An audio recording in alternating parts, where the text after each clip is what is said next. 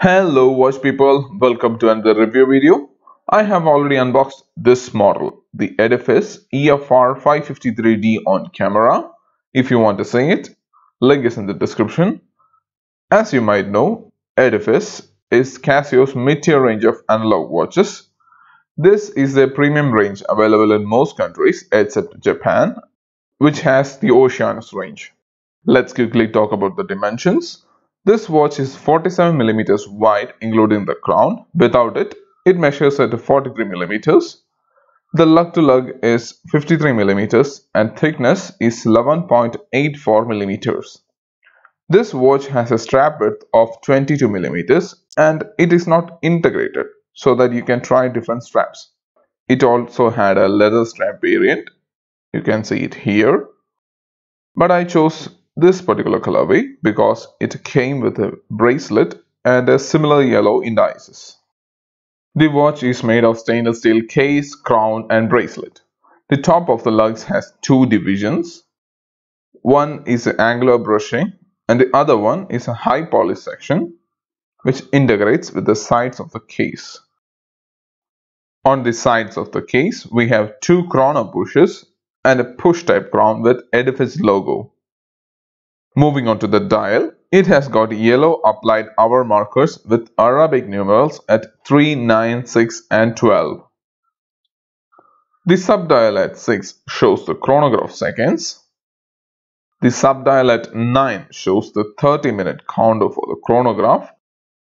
And the subdial at 3 shows the 24-hour complication.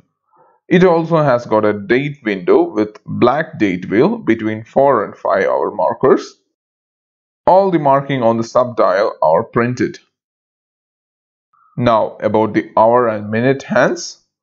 The hands are sword shaped and has a patina loom filling just like the hour markers.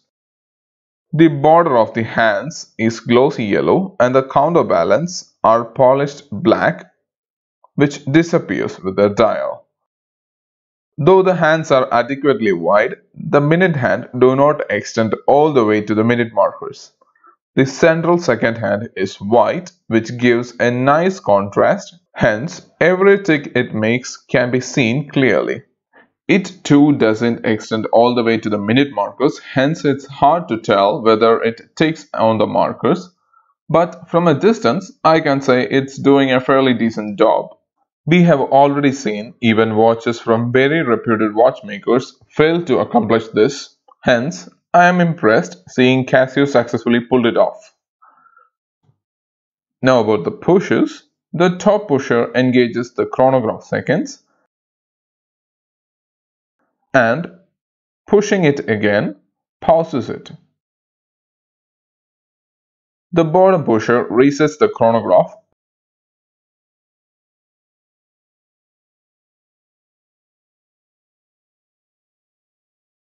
On resetting, you can see the chronograph seconds slowly sweeps to the initial position, unlike a mecha quartz or a mechanical.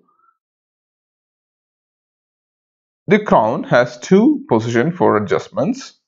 The first position is for setting the date and second position sets the time. On setting the time, the 24-hour subdial moves in proportion to the hour hand.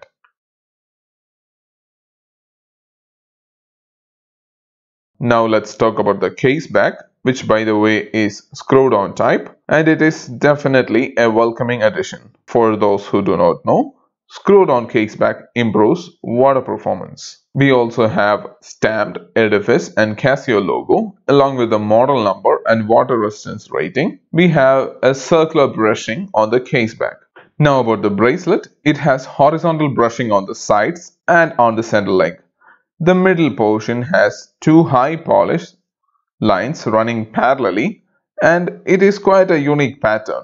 The bracelet feels okay, but it is a folded type. The folds are hidden between the links, hence it should feel okay on the wrist. The bracelet has hollow end links, that's a concern.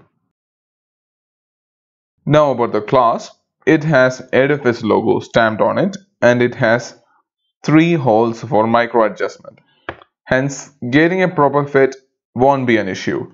I almost forgot to mention about the crystal. It has got a flat mineral crystal. The legibility of this timepiece is spot on, which rarely happens on an edifice. The thick sword-shaped hands combined with a fairly huge contrasting dial helps us to tell the time even the watch is kept at a few feet from us. The chronograph subdials is a bit small, hence it makes the dial feels a bit uncluttered, unlike most of the Edifice chronographs. Talking about the lume, to my surprise, Casio went generous with the lume on this one, extending it not only to the hands but also to the indices. The glowing Arabics creates a visual treat when it glows, but fades in a couple of minutes. Even after the markers went out, the hands lasted for a couple more minutes. Popping it on the wrist, you can see this watch fits really well. It has no overhangs. To your reference, I have 7¼ inch wrist. Now about the flaws. I couldn't find many issues with this one considering the $68 I paid. If there is something to complain about, that is the hollow end links and the folded bracelet. But these folds are hidden, hence pulling hairs is not something you should be worried about. Other thing is the weight of the case.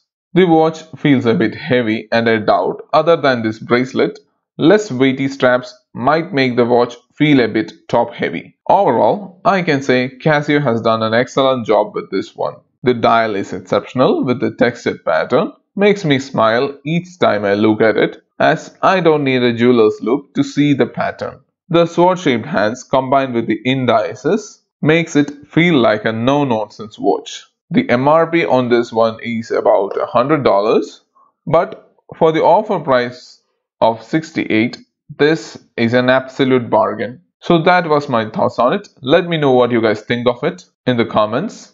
Thanks for watching the video. Please like the video if you enjoyed the content. Subscribe to the channel, and I will see you on a future one.